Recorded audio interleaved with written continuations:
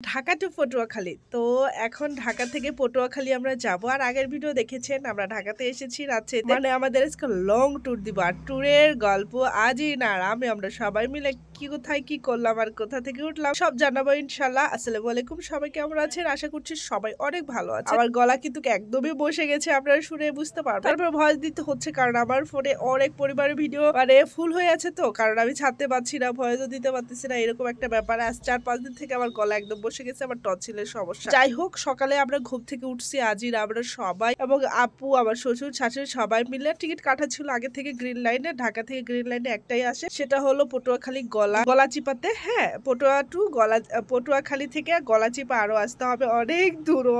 যাই হোক, আপনার ভিডিও দেখলে বুঝতে পারবে। তো সকালে আমরা 8:30টার সময় বের হয়েছিলাম, কারণ 9টা থেকে গ্রিন লাইন বাসটা ছাড়বে। তো অলরেডি চলে এসেছি রাজারবাগে এসে আমরা ওয়েট করছিলাম, কারণ আমরা 8:30টার মধ্যে ঢুকে গিয়েছিলাম 8:35। সেখানে ওয়েট করছিলাম। আর এদিকে আমাদের বাস চলে এসেছে, আর আমরা এসির বাসের টিকিট কেটেছিলাম। যতই আপনার শীত বলি না কেন, ঢাকা শহরে কোনো শীত, হ্যাঁ, আমাকে দেখে তো বুঝতে পারছেন আমি ঢাকাতে পা দিয়ে মাত্রই আমার ঠান্ডা লেগেছে, টনসিলের সমস্যা, এরকম একটা ব্যাপার। কিন্তু অরিজিনালি কিন্তু গায়ে ঠান্ডা লাগতেছে না, লাগতেছে গলায়, বা এরকম একটা ব্যাপার। তো এদিকে বাসে উঠে গেলাম, আর আমি আর আজিত, আর আমি যেখানে থাকবো সেখানে তো আজিত থাকবে। আজিত তো কারো পাশে বসে নাই, ঠিক আমার পাশে বসে। আর ও তো ওঠার থেকে নাক ধরে আছে, কারণ আমার গন্ধ লাগতেছে, এরকম একটা ব্যাপার। আর এত দূর পর্যন্ত জার্নি কিভাবে করবে? এদিকে বাসায় যেহেতু আমরা নাস্তা করি নাই, এদিকে আজিরের জন্য নুডলস আর আমরা ডিম সিদ্ধ করে নিয়েছি। আর এত সকালে কিন্তু কিছু রান্না করা যায়। তো বেশি এক্সাইটিং লেগেছে যে পদ্মা সেতু দিয়ে আমাদের যেতে হবে, কারণ পদ্মা সেতু দেখার একটা এক্সাইটিং আমাদের মধ্যে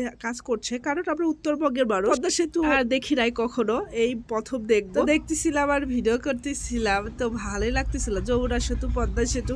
তো যমুনা সেতুটা আমরা দেখেছি, পদ্মা সেতু তাই ভাবে দেখা হয় না। দূর থেকে দেখছি, খুবই সুন্দর লাগছে, কি বলবো। সূর্য এদিকে দিচ্ছে কেবল, আর পানি কিন্তু বেশি না, প্রচুর পরিমাণে কষ্ট হচ্ছে ভয়েস দিতে, মানে গলাতে। তারপরেও দিতেছি, ইনশাল্লাহ কোনো প্রবলেম হলে ম্যানেজ করে নেবেন আপনারা। এদিকে চারপাশে রোদ লাগতেছিল, আর আজির চোখ বন্ধ করে সারা রাস্তা আসতেছিল, যে হলো মামি আমার মাথা ঘুরতেছে, আমি একটু চোখ বন্ধ করে থাকি। আমি বলছি আচ্ছা ঠিক আছে। তো অনেক জায়গায় টপিক দিয়েছিল, 20 মিনিটের টপিক দিয়েছিল এক জায়গায়। তো এটা ধরো কোথায়, হ্যাঁ, বরিশাল গেটে দিয়েছিল। তো এদিকে যাই আমরা একটু নাস্তা পানি করে নিলাম, কারণ সকালে তো আমরা এভাবে নাস্তা করে যাই নাই।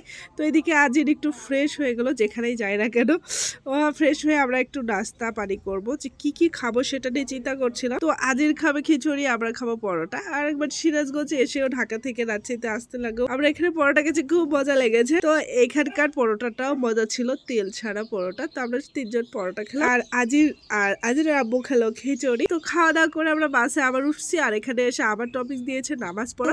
ভিডিওটা লং হয়ে যাবে, এরপরে আমাদের নৌকায় উঠতে হয়েছে, তারপরে গলাচিপা আসতে হয়েছে। তো আজকের ভিডিওটা এই পর্যন্ত। সবাই ভালো থাকবেন, সুস্থ থাকবেন, আল্লাহ হাফেজ, টাটা, বাই বাই।